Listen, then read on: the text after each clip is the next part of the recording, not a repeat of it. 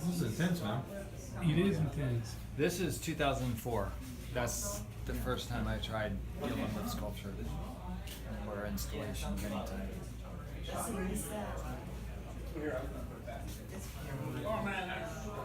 I know. That's a lot. I know. Thanks for your time. I haven't been over here to. Has this been quickly? This happened last night. From 7 to 8.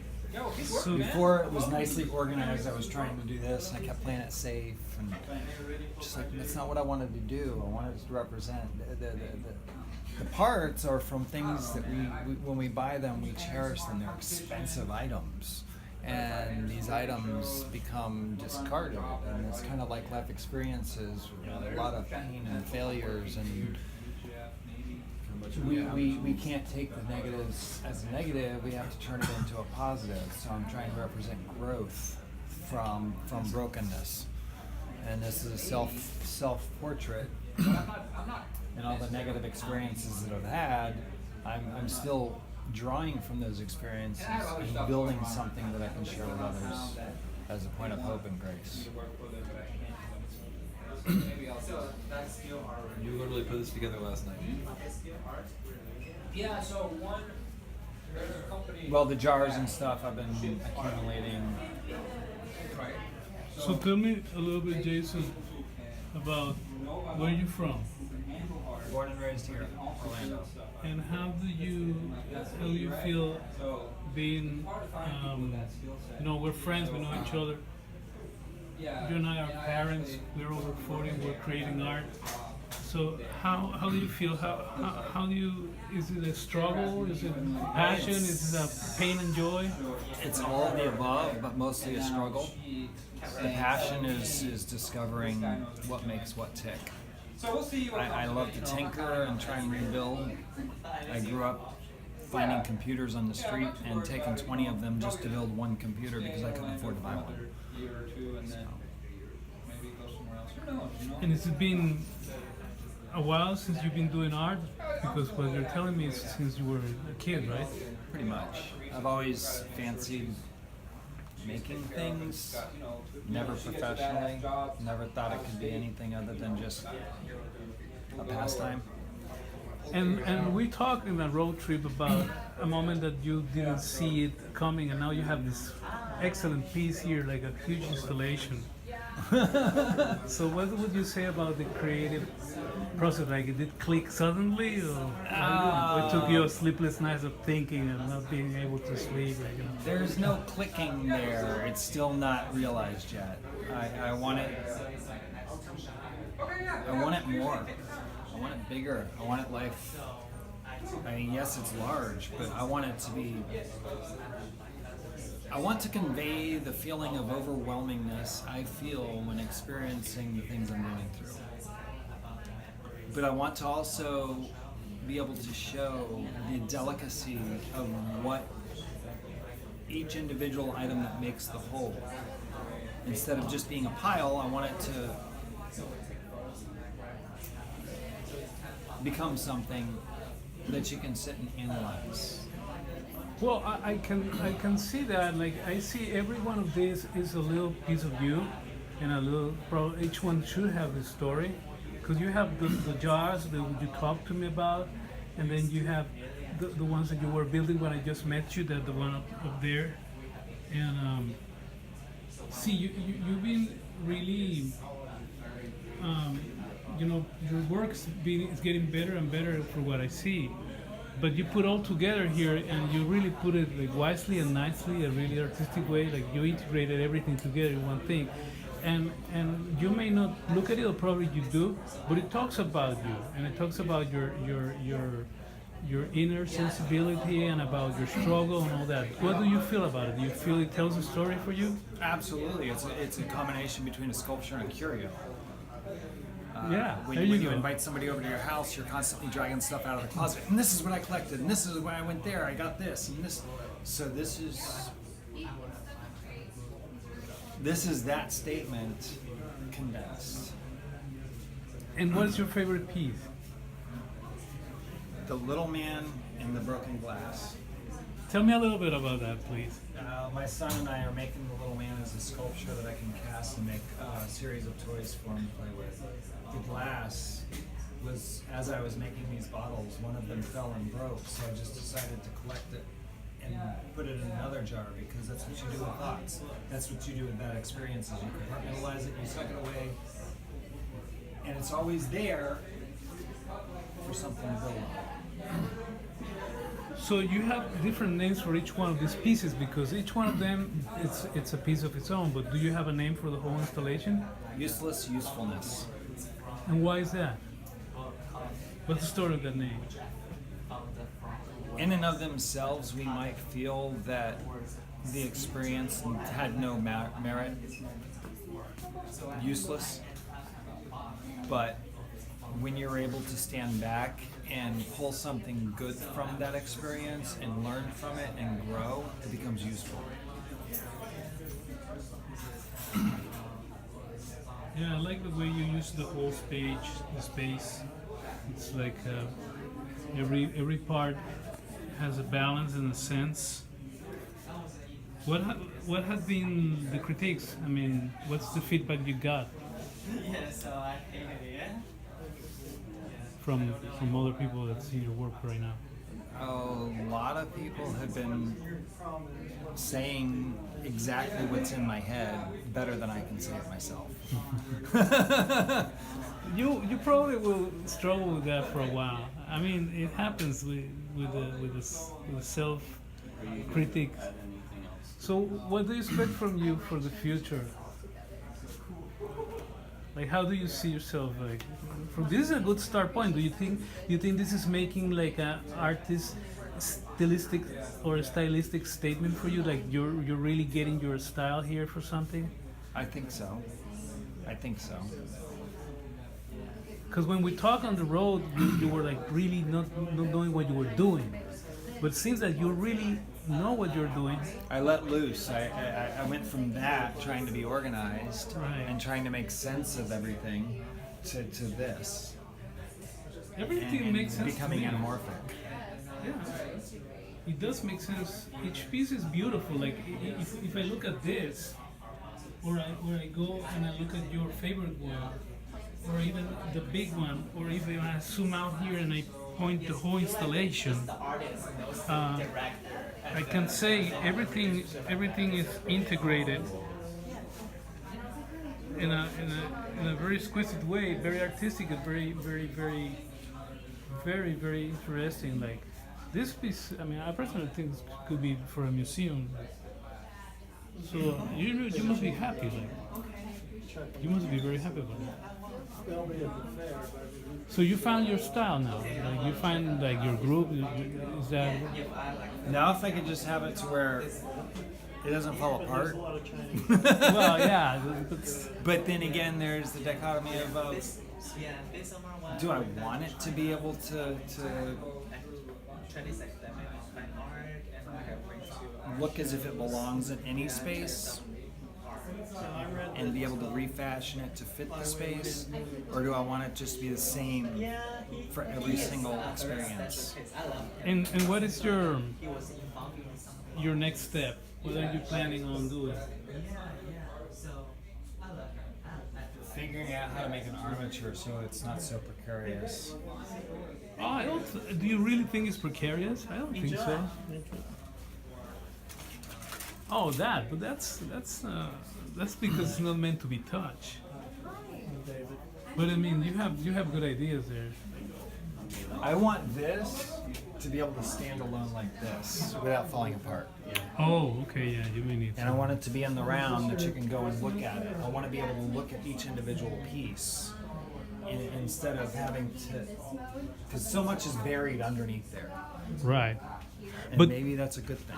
But do you feel like this is like what we're documenting right now it's groundbreaking for you, because this is like a really important moment for you, like building a new piece that is like a milestone in a style for you, like an artist?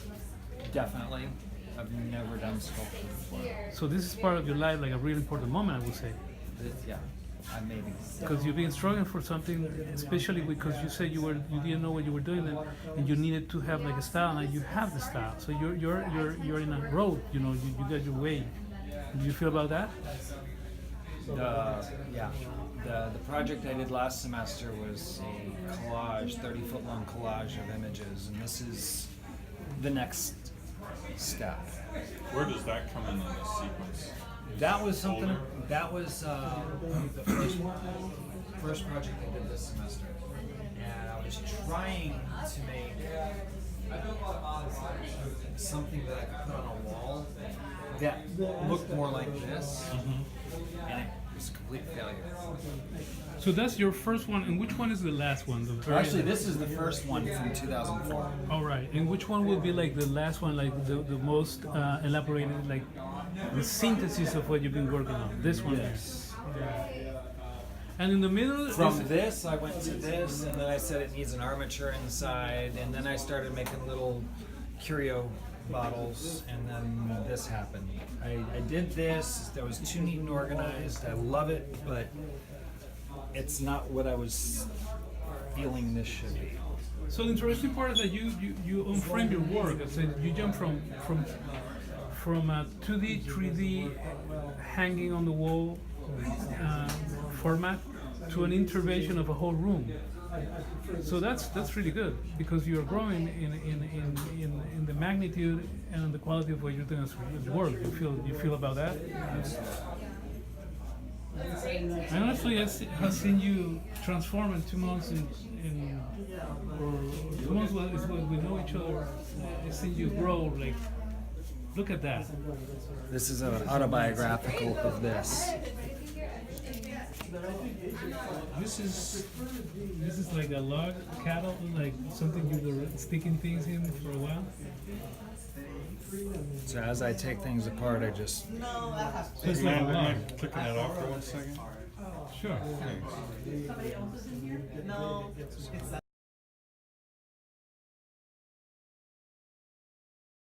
from the recycled parts. You say you're gonna add audio? That's Yes. great. Yes. That's so you found that going to the exhibition of Yayoi Kusama in Tampa did inspire you a little bit about taking your work, or what's your main influence right now? What really make you jump into this? The Nick Cave installation. Nick Cave.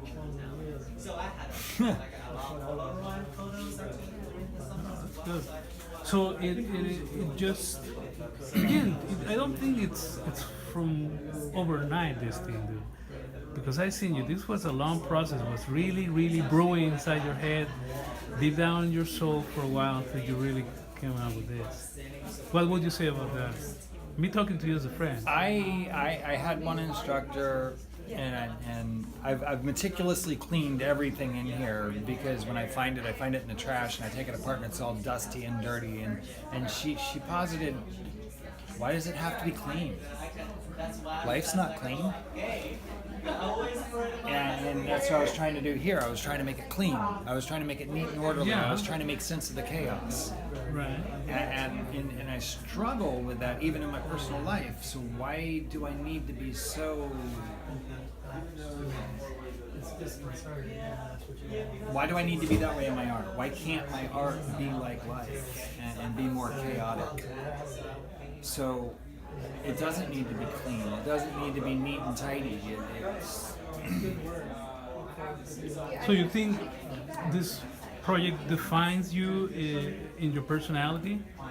Yeah, absolutely. And what would, And my practice. which one would you say defines you best as your personality? What do you mean? Like which piece of the whole? It's the more intimate one that defines you more. You feel identified with it. Or tells a story more about you.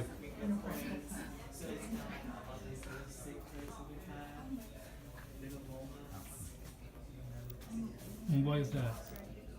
Because that is the most base, bare brokenness of pieces. Okay. So you notice that you have you have interesting balance between order and chaos, right? Chaos. Would you say that's also part of your life? That's what I'd like to present. I like it, and actually the observations I heard from the person who was talking to you, yeah, that's interesting approach. But I think from my perspective, you're in a really good track. Like you just entered a highway, and I'm really glad to have this chance to interview you and talk to you, not only as a friend but as a colleague. And all I can do now is just shake your hand, man. And thanks a lot for this chance to view your work and interview and talk to you. Papers. So we have this.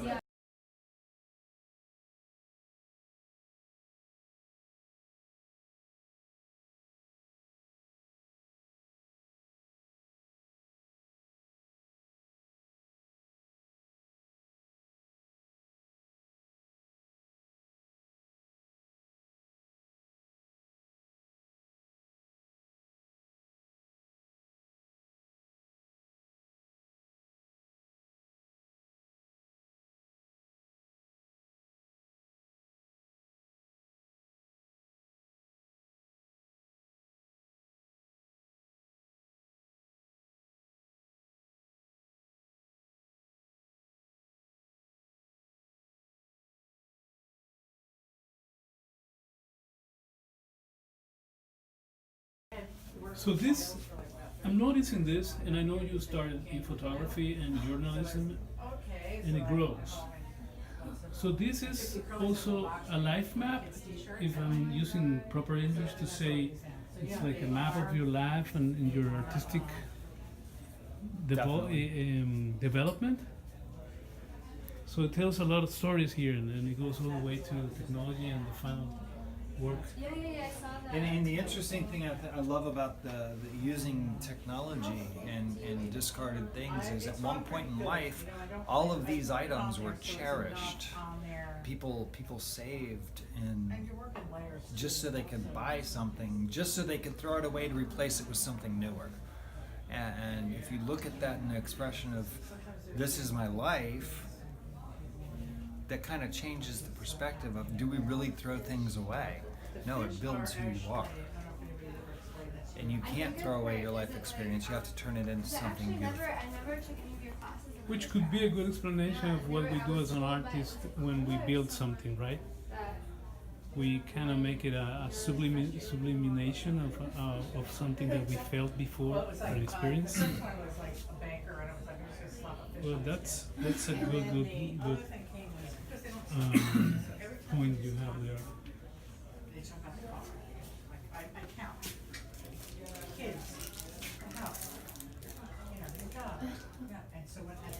We were talking once in the road trip about installations, right? And we went to see you, right? And we went to see how she fills up a whole room. So you're telling me right now about how you turned this whole thing that was considered once a workspace by some people into a piece of art that's a whole intervention of a room. Well, people kept coming by saying it looks just like a workspace. I'd walk by it and look for the next piece because I wouldn't think this was anything more than just a creation space instead of the actual piece. And I posed the question, I said, well, if I remove this from a room and put it in the middle of a gallery and leave it as is, it changes the dialogue and it's no longer a workspace. It becomes a map. It becomes an installation. It starts to talk to you about the pieces that are there instead of the pieces that are there. And that made me think that, well, I'm limited to this room, so now I have to create something that's more than just a workspace, and I have to become sculptural. So I decided to let the pieces work as a representation of what I felt they were becoming. That's good.